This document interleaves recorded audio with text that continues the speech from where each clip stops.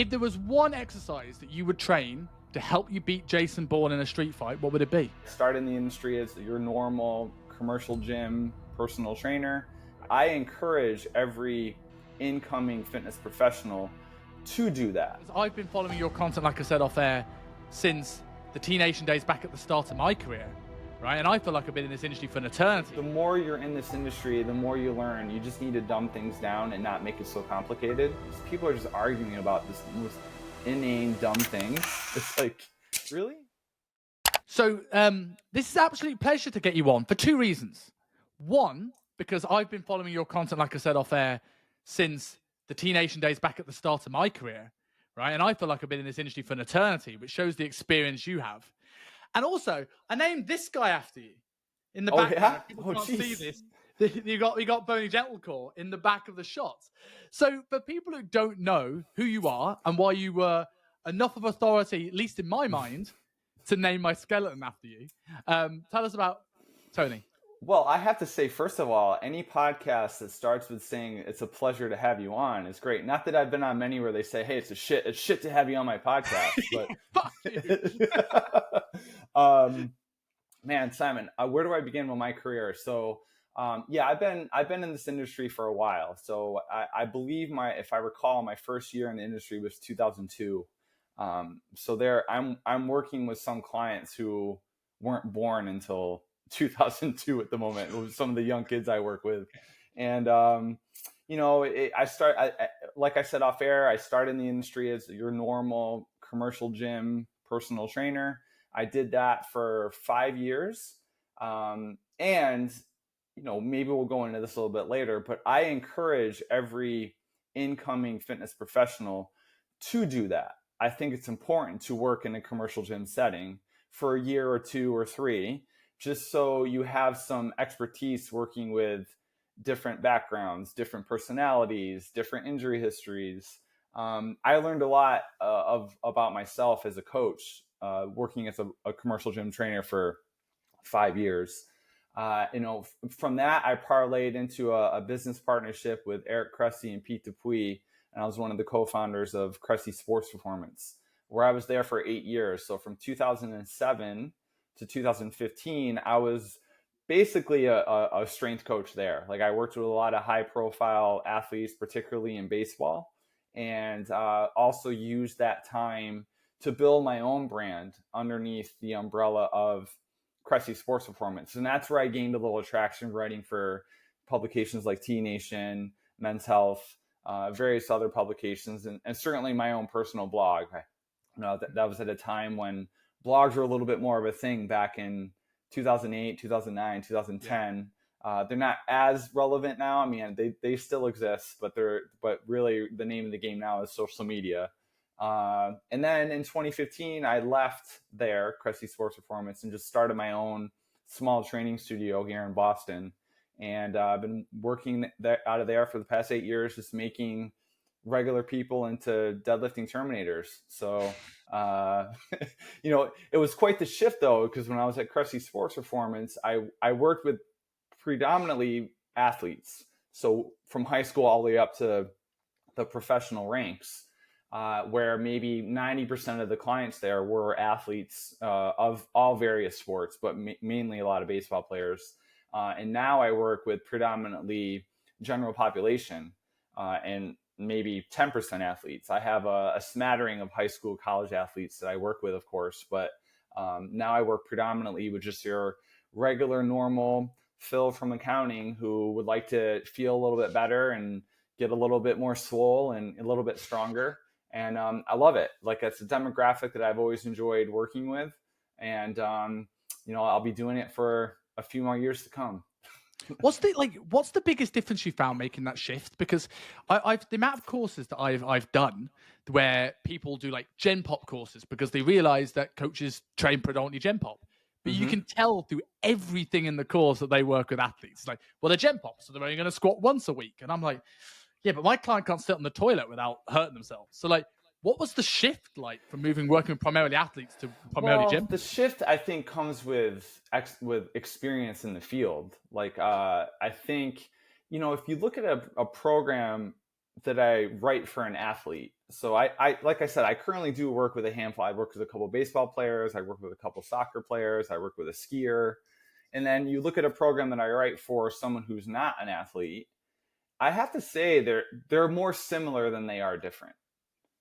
Like I'm a fan of working movement patterns, not necessarily certain exercises or certainly not specific muscles. I mean, certainly I would get into, I will peel back the onion a little bit depending on someone's injury history.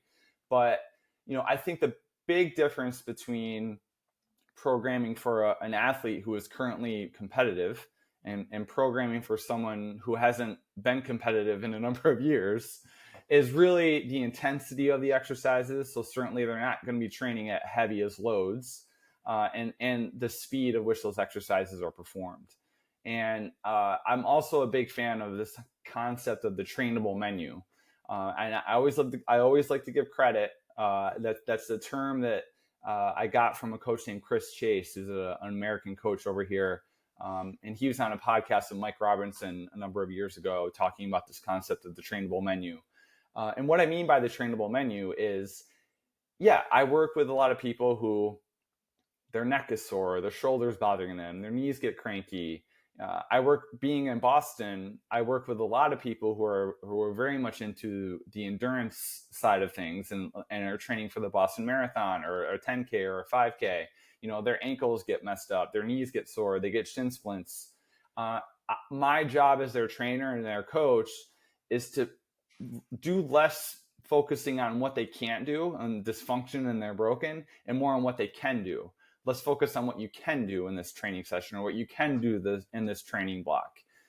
If you are injured, whether it's a lower back injury, your shoulder, whatever, there's still plenty of things we can do, and let's focus on that.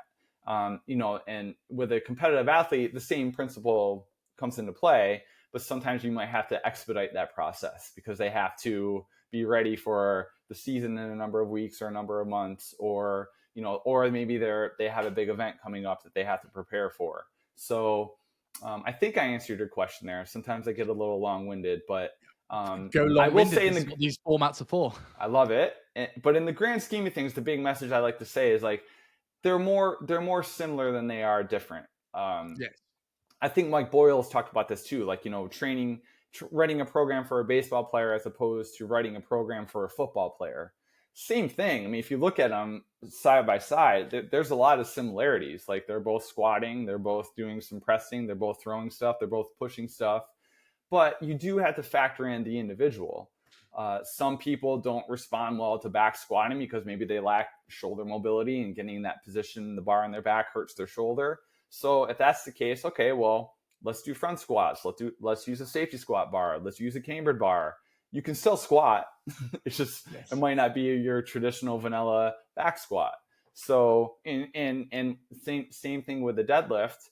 A lot of my athletes and my clients, their home base for a deadlift is a trap bar, just because I find it's a more user-friendly variation. It's usually a more back-friendly variation. This isn't to say that I don't use the straight bar. I mean, I use it myself. I have many clients who do the straight bar, some of which who do compete in powerlifting competitions. But at the end of the day, you're training the individual, and you have to manage load. You have to manage the exercise variation based on their anatomy, their ability level, their injury history, and certainly their goals. So as long as you keep those things in mind, you're doing a good job as a coach. That's one of the things I often try and teach the coaches that come on to SMU when it comes to program design, is that, like, if you understand what the stimulus requires, like that, you can build most of the skeleton programs. I think people overcomplicate this. It's like, as you said, like the program, the fundamentals of the program stay the same. Mm-hmm. And then you can kind of get creative with, like, right, who have I got in front of you? What are the small little things that I need to tweak and change along the way? But I know so many coaches that get sort of complicated, like overwhelmed with this. And especially when a lot of people are teaching are athlete-based coaches. So, like, when coaches are building programs for more Gen Pop people, like, when you're looking at trying to make them feel better, move better, get stronger, like, what's your filtering process? Like, how do you start to look at that individual and go, right, what is the root cause of this issue, and what's the variation that works for them? I find the answer to that question is doing more listening than talking. So Mm. if I'm doing an intake with a new client, they're going to reveal a lot of what their past experiences are with a personal trainer, maybe why they haven't used a personal trainer in the past. Certainly we're going to get into a conversation on any past or current injuries. Certainly we're going to get into their goals. Why? I mean, some people come in saying, "Oh, I don't like to squat, I don't like to deadlift," which is fine. Like I'm not going to push against that. But what I will do is kind of peel the onion a little bit and ask why. Okay, well, give me more. Like why is it an exercise you don't like? And sometimes they'll say, well, I've gotten injured several times, or I had a trainer who really kind of just went overboard with that, and I just got a bad taste in my mouth.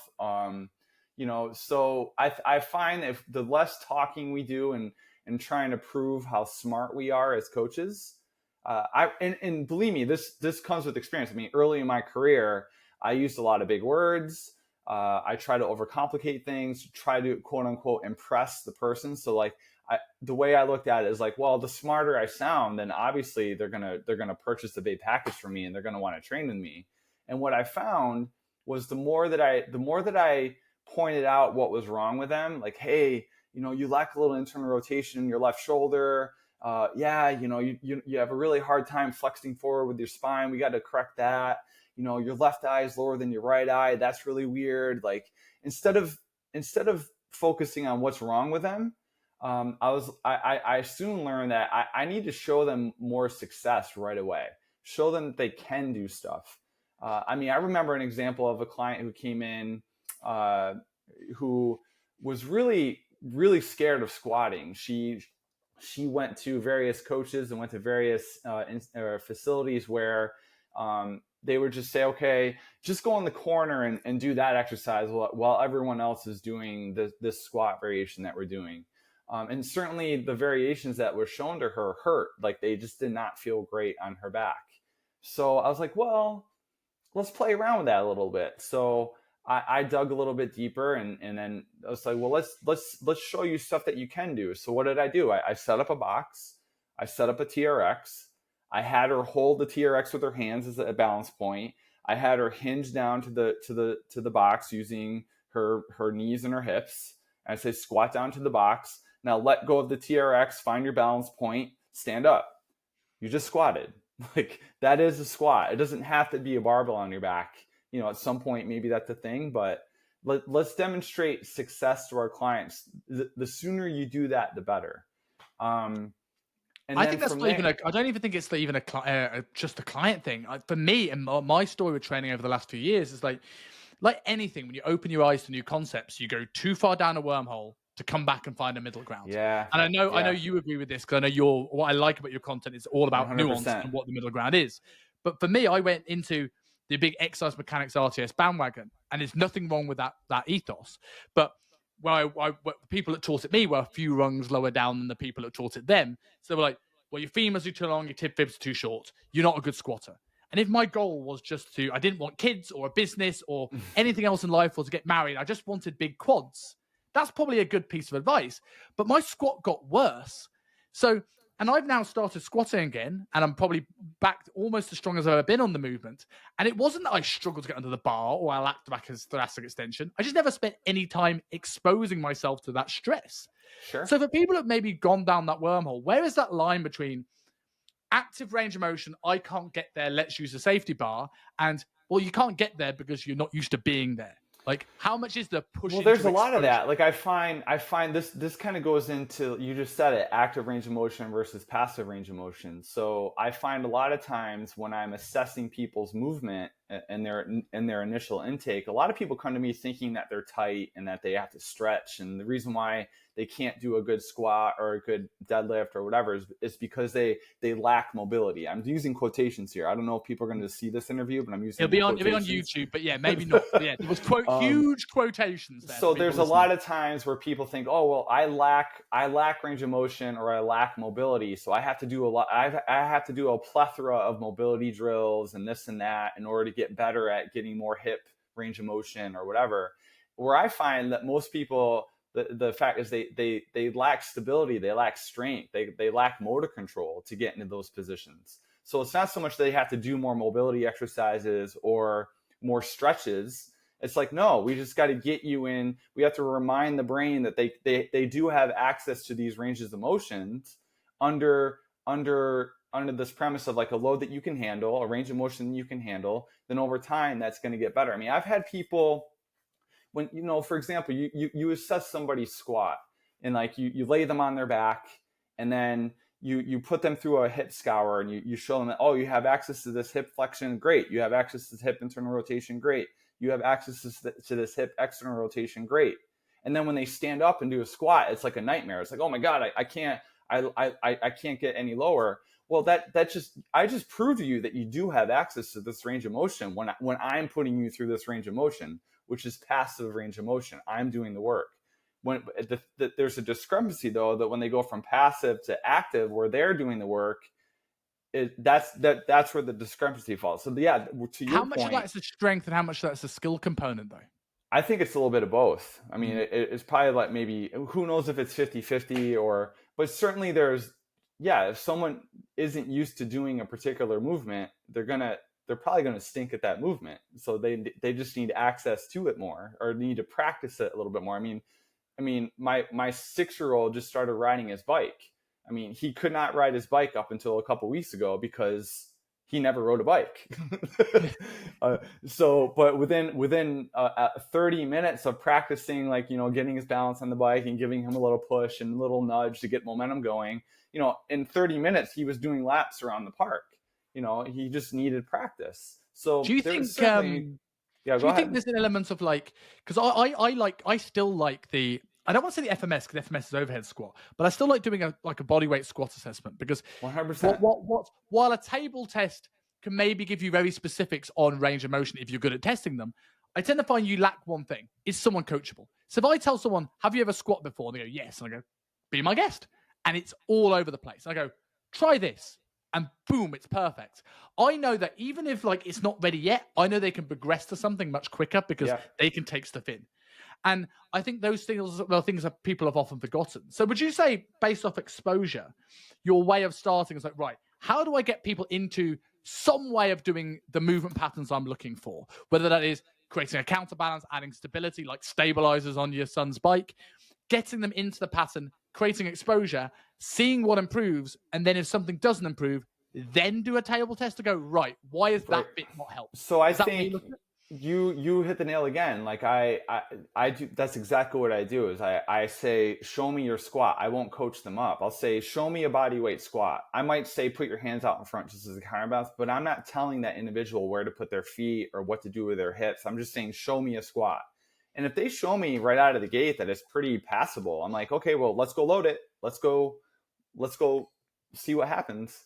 And if it's a little bit wonky to begin with, I'll still probably add a little bit of load. Like to your point, a counterbalance, have them hold a light kettlebell, have them hold a plate. Load is a very underrated form of correcting shit. So, that's why I don't agree with this, with certain certifications and certain bodies in our industry saying, well, if someone can't do a body weight squat 15 times with perfect technique, then we're not going to load it until they can accomplish that. Well, in that case, we're going to be waiting a long time before we load somebody. I can tell you right now that 99, well, I'll say 9 times out of 10. I won't say 99 out of 100. 9 times out of 10, if I see somebody struggling with a bodyweight squat, the second I hand them a plate or a kettlebell to hold on their front, which changes their balance point and changes the process of squatting, just adding a little bit of load to turn their abs on and to give them more stability, it almost corrects itself right out of the gate. And I don't need to go down as well. What's the goal of the exercise as well? Like, most people didn't come to you to have a perfect squat. They came to you to look better naked. So if loading it in a hack squat is the way of getting them the hypertrophy goal, let's do that and then see if we can work on the squat for later when that becomes maybe more of a 100%. I'm a big fan of adding support. I ruptured my Achilles 3 years ago during the pandemic. And I obviously didn't have access to one of my legs, but So I ruptured my right Achilles. My left leg was fine. I could still train my glutes, my hamstrings, etc. But in terms of any squatting pattern, that was pretty much out of the question. I did do Hatfield squats though, which anyone who doesn't know what a Hatfield squat is, you use a safety squat bar, which is a kind of a barbell with a pad that can balance on your shoulders without you having to actually hold on to the bar. And I put my hands on a support in front of me, and I could do a single leg squat with a barbell just by holding on to a support. So I'm a fan of giving people a little bit of support, and like, hey, if balance is a limiting factor, well, let's just not make it a limiting factor. Give you a little bit of support, and then let's train it. And then yeah, maybe eventually we'll get to the point where you're training without a support. But again, I want to find your trainable menu and what's going to give you a training effect for that session moving forward. So you had a phrase that came up recently, which I think really fits in nicely here. So break down the phrase, easy training is hard training. No, easy training is good training. Yeah, okay. Sorry, I got it wrong. I apologize. So yeah, easy training is good training, Simon. So easy training is good training. So that is a term that I got from Dan John, and most people listening to this should know who he is. If they don't, then seek him out. He's a very smart coach who's been around for a long time. If there was a pantheon of coaches to follow, he'd be one of them. Easy training is good training is a mantra that I use with a lot of my clients, saying, listen, if you leave a session with me, like the goal for me is for you to leave a session feeling like you could do more, that you have more in the tank. That's good, because to me that means like you're probably going to recover from that session fairly well. And whether it's tomorrow or the day after, it means you're going to come back and be able to do the exact same thing and get after it even more, and develop this consistency with training. Like I'm really not a fan of people routinely training to the point where they collapse and like are in a pool of sweat and they can't walk down a set of stairs. I mean, there's a time and place for that, and every now and then it certainly happens. This is not to say that when I say easy training is good training, this is not to say that there's no effort involved and that there's no straining involved and that there's no grunting involved. Like, people are working hard, but it's just not to the point where it's absolute failure every single set of every single rep of every single set. I don't feel there's a lot of value in doing that routinely. But when people get to the point where they're because to me, at the end of the day, it's about consistency, and that pretty much trumps everything. And I'm a big fan of sub-maximal training. So as much as I am a strength guy, I love getting people strong. You know, most of my clients, they're squatting, they're deadlifting, they're bench pressing, they're doing powerlifting / bodybuilding type of stuff. I'm very rarely training at like 95, 90 to 100% one rep max. A lot of their training, if I were to do the percentages, are going to be in the 65 to 85% of their one rep max range. And we're doing repetitions there. So I feel like if I can make someone's 3 rep max their 5 rep max, I think I said that the right way. So if they can do a certain amount of weight for 3 reps, and I get them stronger to the point where now they can do it for 5 reps, then I think by proximity, their 1 rep max is probably going to go up anyway without having to test their 1 rep max all the time. So another way of putting that is, we got to stop training for strength and start building strength. And the best way to do that for most people is just using sub-maximal training and then developing a really large base of volume to get to this higher peak of strength. So you don't have to train super intense high max loads all the time. I mean, you sprinkle them in every now and then, particularly once someone gets past a good year or 2 of training. But until then, like, I always tell my clients, listen, if you leave a session feeling like you have more in the tank, that's cool with me. I know you just worked hard. I know we did a lot. We got your reps in. That's what I'm more concerned about. But that tells me you're probably going to come back your next session and work just as hard again. And then that's just going to accumulate over time, and good things are going to happen. I fall somewhere in the middle of this debate in terms of hard training versus sort of like easy training, sub-max training. Because while a lot of the industry went down, especially for the hypertrophy route, down the reps and reserve route, and you could leave 1 or 2 reps in reserve. And I went, well, that's great in theory.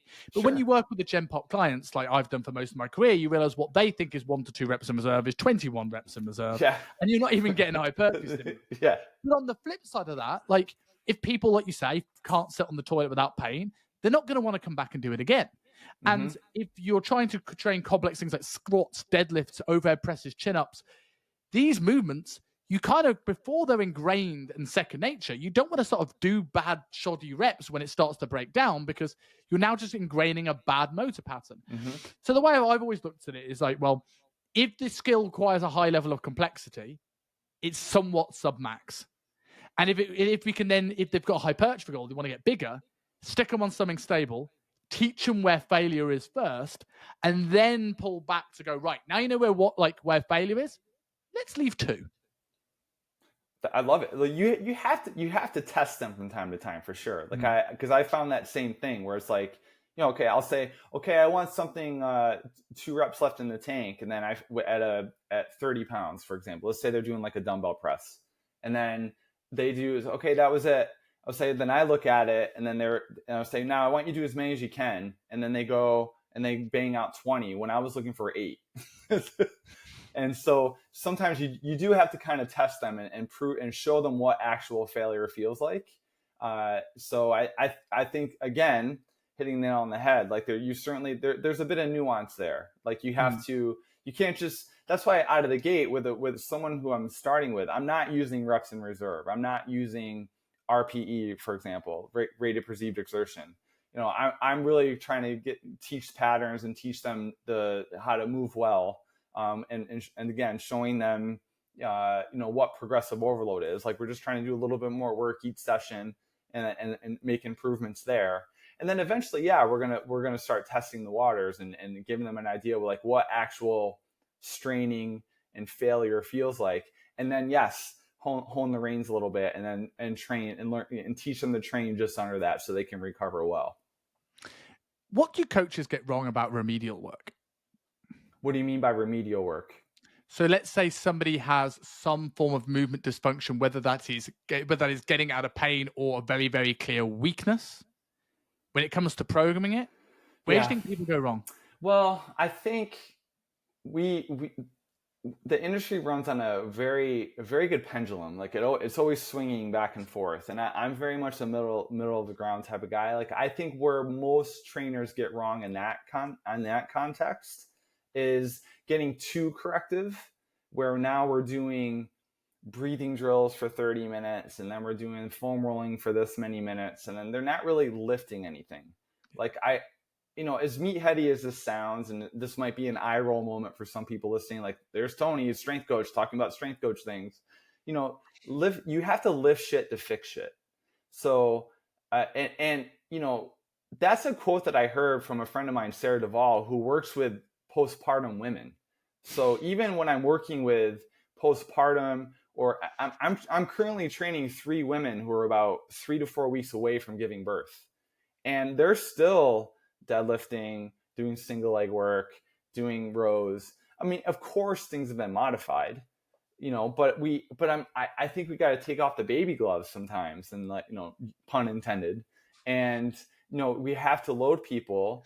And particularly if somebody is injured, we have to have a conversation on pain thresholds, which is subjective. So, I use a green light, red light system with my clients. And I say, okay, listen, on a scale of 1 to 10, 10 being the worst pain imaginable, like you just got like Jaws just ripped your left leg off, that's a 10. And 1 being, no big deal. I don't want any exercise while you're doing it, after you're doing it, the day after your session, to be above a 3 or a 4. So if it's at a 3 or a 4, we can work with that. We have a green light. We can still make progress. Once it gets above that number, then we have to have a conversation about modifying the exercise, modifying the range of motion, changing your grip or stance or whatever. And then so we get that number below a 4. But I think the biggest mistake a lot of trainers make is getting too corrective-y and getting too smart with their training, to the point, like, with like PRI. Like I'm a PRI advocate. I like PRI. I was indoctrinated in it pretty like early, like around 2007, 2008. I think positional breathing drills are important and have a place. I think it's, in terms of like lifting heavy shit, you got to be in a good position to stabilize and exhibit your true strength. But nobody wants to sit there for 10, 15, 20 minutes doing breathing drills when they're paying you for an hour of your time. We need to get them a training effect. So that's the biggest mistake, I think. I think you would agree with that. I 100% agree with that. And I'm a big PRI guy as well, and I like the breathing work, but it's not, I don't have any issues with like, okay, right, let's see the impact of ribcage mechanics and how you can breathe and how the diaphragm works and things like this.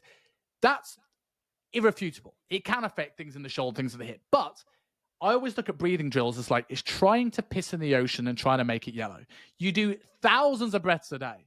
And you feel, I'm going to do 20 diaphragmatic breaths in the session, and it's not going to touch the sides of the bad breaths you do. So what is in my control? Because you ain't going to do your homework with breathing drills. Mm-hmm. So I could get you doing that in the session, but most clients don't come to you. If you've got a client that comes to you because they're in pain, maybe you can go more down the training wheels route. Most of your clients came to get jacked, and the first thing you do going, well, can't get big shoulders until you've got perfect ribcage mechanics, and you get them on the floor doing 90-90s. And I'm Good like, luck with that. Yeah. And it's like, well, where can I hide this in a session that gets them to their goal faster? Right? If I wanted to look at posterior expansion, I could look at a breathing drill on the floor. Or I could do an inverted row or a T-bar row or a machine chest press and get you to breathe into the pad. If I want to get someone to open up their pecs, I can go into an incline bicep curl position. And I mentioned that on a podcast recently, and someone like, again, going into this sort of muscles at all costs sort of mentality. It's like, yes, but the moment arm isn't actually training the length and range when you're doing an incline bicep curl. I'm like, I know that, but I just want to get them in that position. I'll worry about the perfect loading strategy for the bicep later. All I know is I'm getting them jacked arms whilst getting them into a better position and hiding it and smuggling it into the session at the same time. Hiding it is key. Like I use, and this might be a term you use too, I use fillers. So instead of giving my clients like a laundry list to do at the beginning of their session, where it's like this 5 to 10 exercise lists that they do to warm up, or to turn stuff on, if you want to call it that way. I'll pepper them in, and they never do right. That they never do on their own, and then certainly, I get bored watching them do it, let alone having them actually do it. So I'll pepper them into. So this is not to say I don't want my clients to warm up. Like I want them to do some form of like warming up the joints and getting some blood flow. Like, so I've really expedited my warm ups. Like I mean, honestly, to me, a great warm up for most people, assuming they've been coached up well, is a couple sets of goblet squats and a couple sets of swings, and then let's go train. Or I have a lot of my Gen Pop clients do some simple jumping drills. Like I think training, if we want to talk about training athleticism, this isn't to say that I need my Gen Pop clients to go out there and do 10-yard starts as part of their training session. That would not bode well for most of them. But I can have them do some like pogo jumps or some simple hide-ins, jumping on one leg, jumping onto the other, throwing a med ball around into a wall. They love doing that shit. To me, that's going to get their body temperature up. That's going to get them their joints warmed up, and then we go train. And then if I feel like if there's somebody who lacks thoracic extension, or there's somebody who lacks hip range of motion, or maybe they need to work on their posterior expansion or whatever, I can do these little filler exercises in between pairings of exercises. So I might have a front squat paired with some kind of row as part of their A circuit. And then while they're resting and we're talking about whatever shows we're watching, like they can do a quote unquote corrective while we're resting to wait to do our next set. So then they're doing the shit that I want them to do that I know they're not going to do on their own, but it's part of the workout rather than this corrective stuff that they're not going to do ever on their own as homework. Yes, I'm a huge believer in this. It's like, well, how can I get into a muscle that I want to train whilst also training the muscle they want to train? How can it, rather than having GPP and SPP, how can I have GSPP? Another great example I quite like is like a prone trap 3 or a Y raise, because it's like, well, technically it's a delta exercise. because the actual resistance fighter is the delt. Okay, cool. People want big jack delts. But what's stabilizing that? The lower trap. For people that can't get into lower trap because their overhead range represents closer to a Hitler salute than actual overhead range, this is a great way of making that easier for them, right? Well, then they're going to get better upward rotation of the scapula. They're going to get better over flexion of the shoulder. So you're sneaking in stuff that feels like training, but it is kind of setting them up for success down the road to get into a range of motion they can't get into right now. So yeah, 100%. Well, let's go through a few of these. Add a list of a few things that are quite common with people and go, where would you start, or what are some of the misconceptions you see, like mistakes you go wrong? And I want to start with thoracic mobility. One, because you did a great post on it, and two, because this is something that I messed up for years trying to fix thoracic mobility until I actually started getting on Bony Gentilcore's friends and other skeletons and start to realize, hold on, I'm making a huge mistake. So what is your thoughts on the traditional thoracic extension drills, and where would you look for this? So to me, it's about rib cage position and scapular position. In terms of, like, first of all, when we talk about anything thoracic spine, it's important to get we want the shoulder blade and rib cage to play well together. So we want to make, and that is going to be, maybe we can have a little conversation on positional breathing drills there.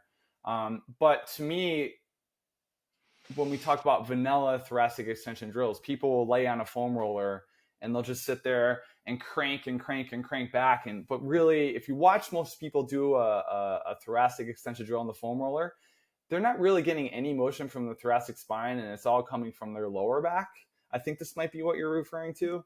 100%. So a lot of times it's going to be about, okay, let's make sure we keep the ribs down on here. So, a light brace in their abs. And really, when we think about, when we're talking about that drill, there's, I don't know, you probably know better than I do, like the actual degrees of motion we're looking for, but it's not a lot of range of motion in that mid-back area.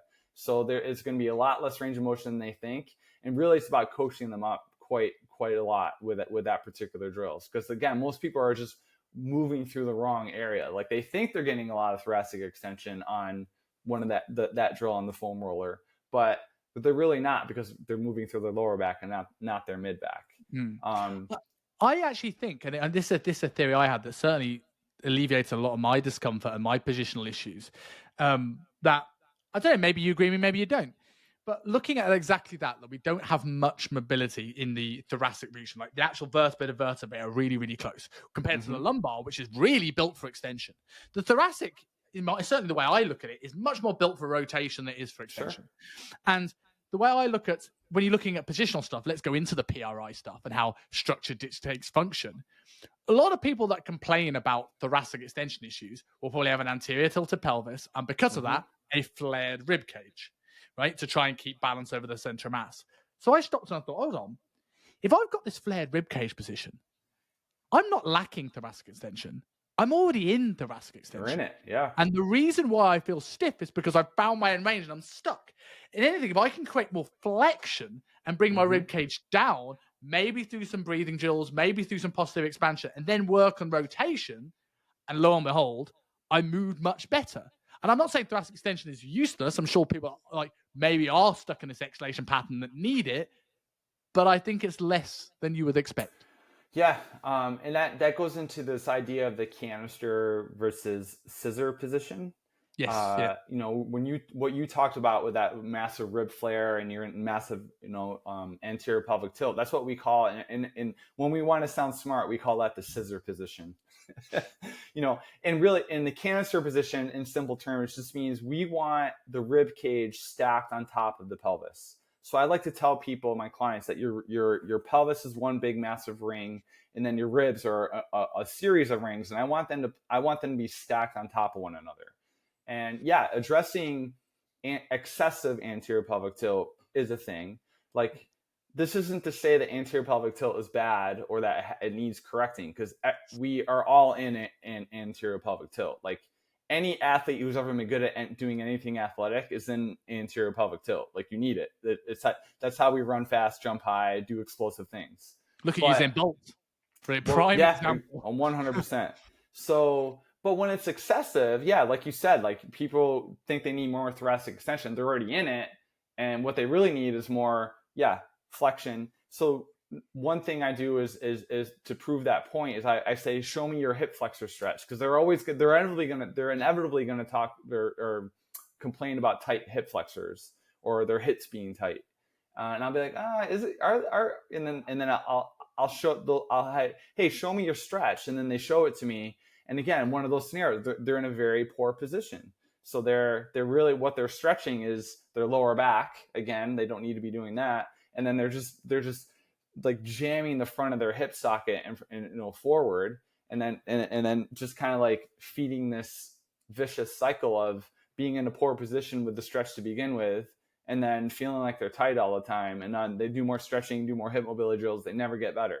So let's put them in a better position first. So let's help them find that canister position where we nudge them into we use posterior pelvic tilt we use more posterior pelvic tilt to get them into a neutral position, which is still in anterior pelvic tilt.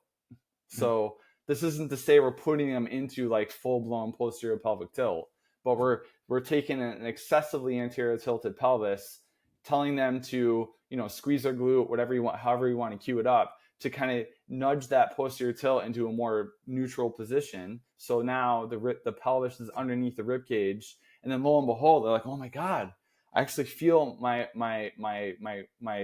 thigh muscle now, and like I feel it actually stretching. Yeah, because you're in a better position.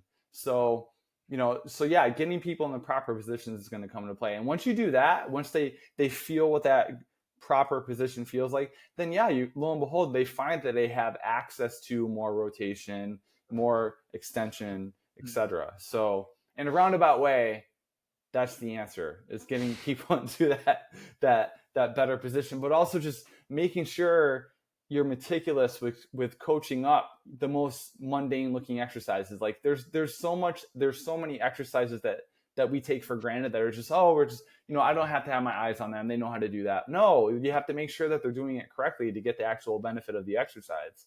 So Yes. when we're doing something like a thoracic extension off a foam roller, well, again, are they moving through the area we actually want them to move through, or are they compensating because they're in a bad position? So, I hammer that point a lot when I'm speaking to other trainers about position. And this isn't to say that, we're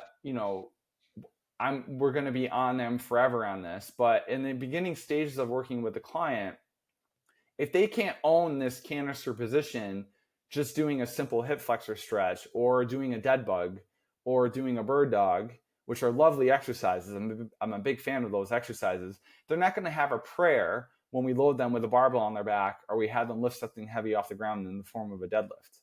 They're probably going to get the job done. Like the body's very great at compensating, but something is probably going to break down the road eventually, where, okay, their back hurts, their hip hurts, whatever. So we really have to be meticulous in the very beginning stages about that canister position, pelvic position, and then loading it and making sure they stay in that position. There's so much I love about that answer. I love that you said I feel my thigh muscle and stretching my thigh muscle rather than hip flex, and I'm going to double back to that in a second. But I think, again, I think I like trying to think of this as a principles first rather than strategies first. Sure. And I think this is where I'm very hesitant sometimes of trying to, if you teach down the PRI route, because while there are some amazing, Bill Hartman, for example, who could masterfully teach the most intricate of drill, you end up almost encouraging people to go down that two physio route, going, this plank strategy is the way to create this canister. Whereas what I look at is like, right, if you understand the muscles that might be influencing this excessive pelvic tilt, what may be weak, what may you need to open up. Now, we don't know, going into the RTS side of mechanics, whether that is structural, whether we can fix it. So if I spend loads of time doing this remedial drill, that could be a waste of a huge amount of time that was never going to be fixed in the first place. But if I know that, okay, I can maybe do some more glute max work, and maybe some hamstrings, maybe some lower abs and some oblique work, and maybe I'll go into hip flexors, and we'll talk about that in a second. Okay. And then I can get really intricate. Like you said on there, it's like the things we take for granted. You can do a lot with a very common exercise like a prone leg curl if you focus on pelvis position, abdominal Sure. bracing, counter forces, where you're pulling into the pads. And I think if you do that, you don't really need to get too remedial. You can just make better use of the stuff you're already doing to get the goal that you're already trying to get. I'm hammering that point all the time with clients in the very beginning. Is like getting that proper tension in the body to like be turned on, meaning as braced, like canister position, like I'm on them meticulously in the very beginning, like I'll, to the point where like when they set up to do a deadlift on the trap bar or the straight bar, I have them get into the set position and I have them hold it and I say ramp up, don't move, lots of tension. I start poking them, make sure they're not tipping over, making sure their lats are on, they find their hamstring tension. It's people have a hard time when it comes to strength and hypertrophy, like how much position matters and how much stability and body tension matters. You can't just be a loose goose and just go through the motions and do the exercise. You have to be like engaged, and Yes. That's super important. And once they get that point, in terms of like how they're breathing during their sets, and they're just going to get more out of the exercise, and they're going to get the results they want. So coming back onto the hips, like, Okay. is the hip flexor actually tight? And I deliberately said hip flexor because feel free to unpack that term. But is it actually tight? Rarely know. I find for most people it's generally weak. And how I break that down is like, listen, like, common sense is going to tell us, oh, if you sit all day, the hip flexors are in a shortened position, they're going to be quote unquote tight.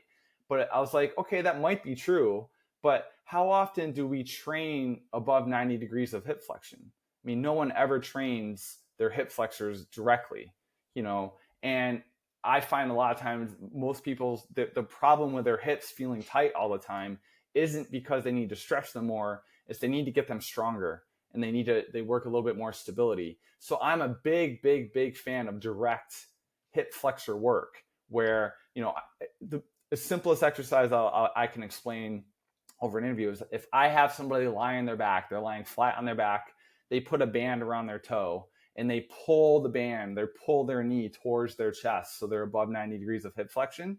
Like that's training their hip flexor above 90 degrees of hip flexion. And it's a very humbling exercise. Like, and what made me think about it is like when I hired my current coach back in 2021, the first program that she wrote for me, and I'm a fairly strong guy. Like I deadlift over 600 pounds. Like I know how to lift weights. And she put in hip flexor pulls on a cable or a band. Like, what the fuck is this? Like, this is how is this going to help me do anything?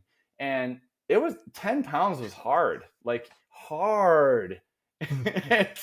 But when you think about it too, like, how is that going to help my squat? Well, I'm pulling my knee towards my chest, and if I inverted that angle, I'm in a deep. If I were to stand up in that same position, I'd be in a deep squat pattern.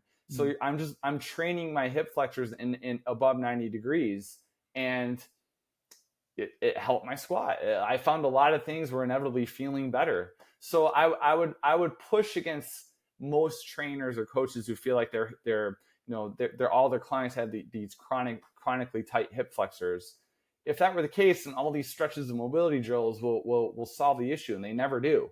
I think, training or like targeting our hip flexors more and strengthening them is going to be the key. And then, you can start with simple like hip flexor hovers. Like there's ways to train them without weight, of course, but I think it's important to train them both sitting and standing, working through a full range of motion using bands and sliders. And, I've posted about them before. I think another good person to look into, Megan Calloway. She's a Canadian strength coach. She has a myriad of drills that focus on hip flexors. But I think that's the missing key for a lot of people is training strengthening their hip flexors, not necessarily stretching them more. I absolutely agree with that. And it's a very humbling exercise. As much as I loved your point earlier about showing people what they can do rather than can't do. And I used my example for that and what lost the love for training for me. But when you realize, oh my days, my psoas is so amazingly weak, it's humbling to go, what's the potential that I have? And I think that's great, because I don't think the term hip flexors being tight is inevitably wrong, but I think it's when someone just says an overall, my hip flexors are tight, as a coach, I go, okay, I think you need to learn a little bit of anatomy. Not because of you saying you're wrong, but if I said which hip flexor, could you answer me? And because if we look at the psoas, right, which goes great counts onto the lumbar spine, it's a lumbar stabilizer. And if we have that excessive anterior tilt that we spoke about before, we are now lengthening that hip flexor. So we're now putting that at length, which makes it harder to stabilize the spine, has a fascial attachment to the diaphragm. So let's talk about that ribcage position again.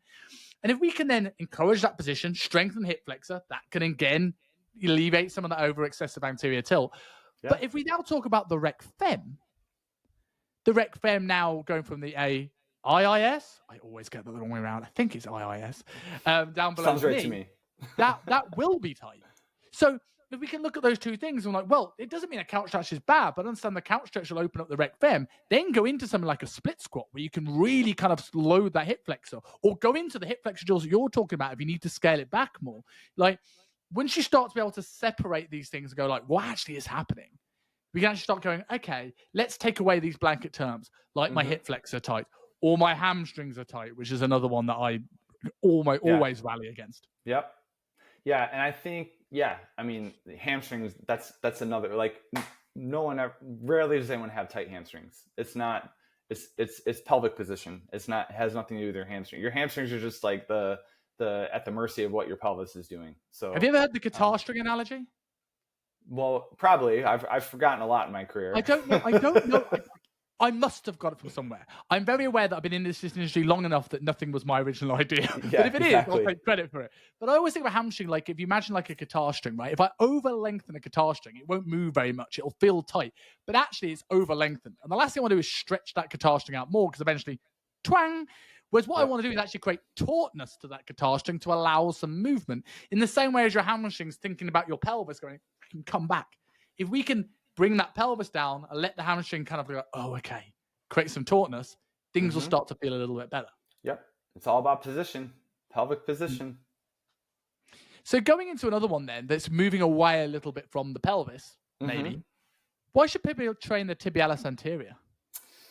Well, that one, Jake, who's it? Jake Tura.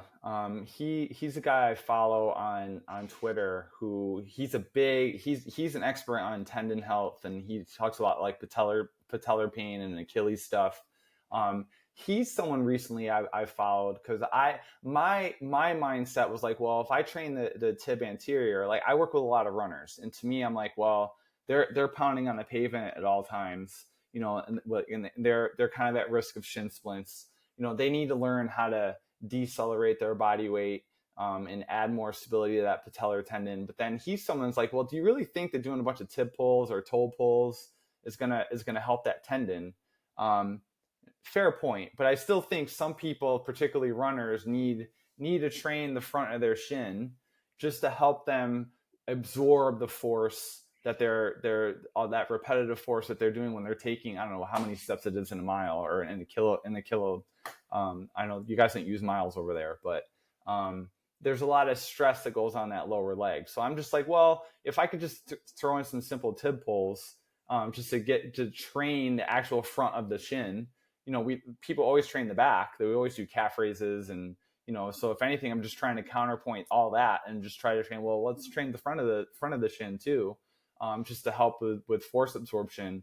I find good things are going to happen. So I'm going to go through one more before I go into my normal closing questions. Okay. And this is one I think is an element of it. Everyone has a different side of this fence, and I really want to hear your nuanced middle take of this, because I certainly have one. When should the scapula be locked down, and when should it be freer than the nipple? It should be locked down when you're lifting heavy shit. So I think, to me, when someone is benching a lot of weight, when they're squatting, when they're deadlifting, like, again, you just have to be locked in and get and like you want to be as locked in and as engaged as possible. It's just going to protect you. At all other times, I want the shoulder blade to move around the rib cage. So I've worked with a lot of power lifters in the past where like, oh, my shoulder's killing me, and I watch them bench, or let's not even use the power lifter. Let's use a regular person. They'll come in and be like, oh, my shoulder hurts when I bench, and I watch them bench, and there's no attention whatsoever to bring the shoulder blades together and down. They're not set at all. They're just kind of loosey goosey with their setup. It isn't that they have to do a ton of shoulder work to fix their shoulder or to make it feel better when they bench. It's like, no, they have to provide a little bit more stability to the shoulder, pinch them together, pull them in their back pocket, and then do a bench. Like, oh my God, that feels better. Okay, great. They're problem solved. We just need to work on pinning, making sure the shoulder blades are in a better position so you protect your shoulder, and then you can use that as a launching platform to push the weight off your chest. But then when that becomes the only goal, where it's like, I went through this phase too, where early in my career it's like together and down, together and down, together and down, every row variation, together and down, every benching pushing, together and down. We still, the shoulder blade still needs to be able to move around the rib cage, needs to move up the rib cage. And when you don't allow it to do that, where you just cement it in place, it's going to get pissed off. So to me, if you're lifting heavy things like in the moment, bench press, squat, deadlift, yeah, I don't want those bad boys to move. They should stay in place. But in everyday life, like when you're reaching for something, or when you're going overhead and doing something, like the shoulder blade should be moving along that rib cage. It needs to move around. So that's when they should move. I love that answer, and it's one of those things I completely agree with that statement. And something I learned from Stefan Cazalt from Kilo Strength was that, like, well, if you're going to have an A series, that's, let's say, a bench press or something where they're locked in, then your B series can be something that moves, hence his 90-degree principle. So if I'm doing a bench press, lock my shoulders back and down because it's heavy and I want to be as stable as possible, because, to borrow a phrase from the late, great Charles Poliquin, you can't fire a cannon from a canoe. But then I can move into a shoulder press that allows me to move my shoulders, or a landmine 100%. press. Or I maybe go into my back variation where I do a wider pronator grip pull down or chin up to allow that shoulder to move on those. And if I'm doing something that's more free in my pressing, maybe I can do more locked in neutral grip pulls. And we can just sort of blend these exercises together.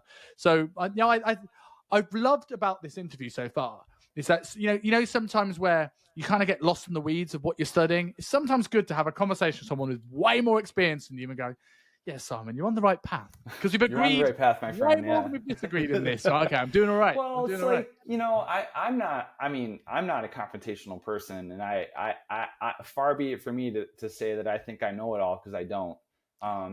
But I think the more you're in this industry, the more you learn. You just need to dumb things down and not make it so complicated. Yeah. And I think the better off you're going to be. Like you can go on Instagram and Twitter, et cetera, and just people are just arguing about this most inane dumb things. It's like, really? Like, just keep it simple. Like, you don't have to overthink things.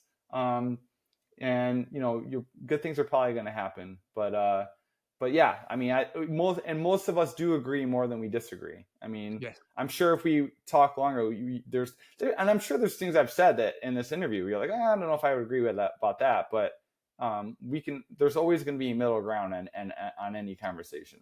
Love that. So I've got a couple of closing questions. One is something I ask every guest that comes on the show, and another couple are specifically for yourself. Okay. So first off, why is deadlifting your favorite exercise? Well, this selfishly, it's the one exercise I can pretty much brag about. But to me, I think I find that with the deadlift, there's what I like about it. This is going to sound very cliche, but it really is you versus the barbell on there. Like, you can't cheat a deadlift. Like, either the barbell is going to come off the ground, you're going to lock it out, or you're not. Like, you can cheat a bench press. You can like overarch your back, and your butt can come off, and you get like an eccentric load to begin with, so you're getting a little stretch shortening cycle. Same thing with a squat. Like, people can cheat the squat. Like, they can cheat on depth, they can do whatever, and again, you get a little bit of an eccentric load first, like you're lowering and then coming out of the hole. With a deadlift, it's all concentric. Like, you have to initiate the force, break inertia, and get the bar off the ground. So I kind of like that component. And I do think from, outside of that, I think in everyday life, a lot of the clients I work with, the deadlift is part of everyday life when you're lifting things up off the ground and picking your kids up, and that hinge pattern is very, very important. So I just find from an everyday life standpoint that it carries over tremendously. So now the silly ones. The if there was one exercise that you would train to help you beat Jason Bourne in a street fight, what would it be? Oh boy, man, what would that be? I guess something explosive for sure. I mean, maybe some kind of like rotational punching thingamabobber. I don't know. Like, I've never been in a fight in my life, so I don't know, man. What type of exercise is that the appeal? Is it because you've never been in a fight in your life that you've mentioned a few times that you want to beat up Jason Bourne in a fight? Yeah, I don't. It's just like you really stumped me on that one, Simon. It's just like, I'm just trying to be a good storyteller. Now you're calling me out and like some dickhead from Guildford taking a hole in your stories. So the one I always ask everybody is name one thing that you've changed your mind on. I've changed my mind on well, the PRI stuff. I mean, I did go through that phase where it's like, okay, we gotta do our breathing patterns and like breathe, and yeah, I think it's very important, but certainly not we can't miss the forest for the trees, and we still have, it's still important to load people. I've also changed my mind on this idea of like a 2-to-1 ratio when it comes to pushing and pulling, with shoulder health. Like, I think it's a decent start because most people do more pushing than they do pulling, but there was a time where I was like, okay, well, let's audit someone's program. Let's just make sure they're doing two pulls for every push. And we'll see what shakes free. I would probably push back against that because like we've been doing that for years and people still have fucked up shoulders. And then where I changed my mind was what we were talking about earlier was like the importance of, rib cage connected to shoulder blade and making sure the shoulder blade can move around that rib cage. I think and that's to be able the to key. do that, you have to load pushes, right? If you want to load up in rotation and protraction, then you can't do that without a push. Yeah, and I've even changed my mind on not bench pressing baseball players. Like, I think that's a bit silly. Like, I'm under the mindset now that, if I'm training a baseball player, we're saying between the ages of 16 to say 22, they're going to bench press. Like, let's not, like, if they're going to bench press anyway, let's make sure they're doing it in a way where I know they're doing it correctly. But when you talk about forces on the shoulder, like throwing a baseball, it's like 7,700 pounds of force on it. And it's like there's a lot of force going on in that shoulder. I think it's important to load it and make sure that they have enough strength to offset those rotational forces. And I don't really feel doing 3, 4, 5 sets of a bench press, even if it is a precarious position in terms of like, getting into more shoulder impingement, like with a barbell, is really going to make that big of a difference. So, and I suppose going into loading shoulder extension, if you're winding up a baseball, not that I know anything about baseball, is surely beneficial. Sure. So I think loading these precarious positions are important. So, so I've I haven't been at Crusty Sports Performance since 2015. So, I mean, they might be bench pressing their baseball players now, but I've gotten away from this idea that they have to avoid it at all costs. Because I think there's still some value in doing, horizontal pressing with a baseball player, with a straight bar. Like because like the argument in the past was like, well, if you have them hold a barbell, they're going to be in a pronated position, which means more internal rotation. You're closing off that acromia and blah blah blah. So the answer was like, well, let's just use a neutral grip, and with dumbbells, or you can use like a football bar, where they're pressing in a neutral grip, problem solved, which is fine. But if they don't have access to it and they only have a straight bar, I don't feel doing a couple sets of a bench press is going to be that deleterious to the shoulder joint. I think they're going to be fine, especially if they're doing it correctly, and using loads that are manageable. I love that. So before we do the sign off, one last silly question, because you said I read for you that you set yourself a big life goal, and I wondered if you made out with J-Lo yet. Man, you went really back. You went really in the archives, didn't you? No, sadly, that did not happen. Yeah. I was about to say there's still time, but you've got a wife that might kill you now. So, well, she might, you know, I don't know. Maybe if the opportunity arose, she'd be okay with it, but I'm doubtful. But so for people who want to know more about you, and obviously you're doing an upcoming course in London, right? Unfortunately, I'm on holiday for it, but there are plenty of people that can listen to this that might go. Where can people find you? Where can people sign up for the course? I'll put the link in the show notes. My home base is my website. So TonyGentilcore.com. That has all my blogs, Instagram, Twitter, pictures of my cat, etc. You know, and that's also where you could find more information on my upcoming courses. I'm going to be in Kosovo next weekend, which I'm excited about. And then the following weekend after that, I'll be with Luke Worthington doing our complete fitness professional workshop in London. So, we're looking forward to it. I think it'll be a great event, particularly if you're a coach, personal trainer. We get more, you know, in this industry, in this era of social media, we're very enamored and we're very wooed by this idea of likes and Instagram, and like this is the key to success in the industry. You know, in terms of like getting high profile clients and writing gigs and money and etc. I think if you're a shit coach, that's not going to matter. And you need to get people results. So, and that comes with being a coach and understanding the psychology of coaching, which we get a little bit into. But also, you know, we break down our assessment processes and not like, you know, getting too far in the weeds with that, like really expediting and simplifying the assessment process and going more into that trainable menu I was talking about earlier. Like what can we do from a programming standpoint, given these common case studies with shoulder impingement or hip impingement or lower back pain, you know, how can we program to get people, you know, pointed in the right direction? So we'll be discussing stuff like that. Awesome. I'm gutted that I'm away and I missed it, but next time you're back, I understand. I'll be there. I'll be right back. But mate, been an absolute pleasure. Thank you very much. My pleasure. Yeah. For coming on the show. And I'll chat soon. Thank you for listening to the Self-Made Podcast. If you like me and enjoy binge watching podcast episodes, click here for our latest episode. And if you want to stay in touch and find out when the latest episodes go live, click here to subscribe to the channel.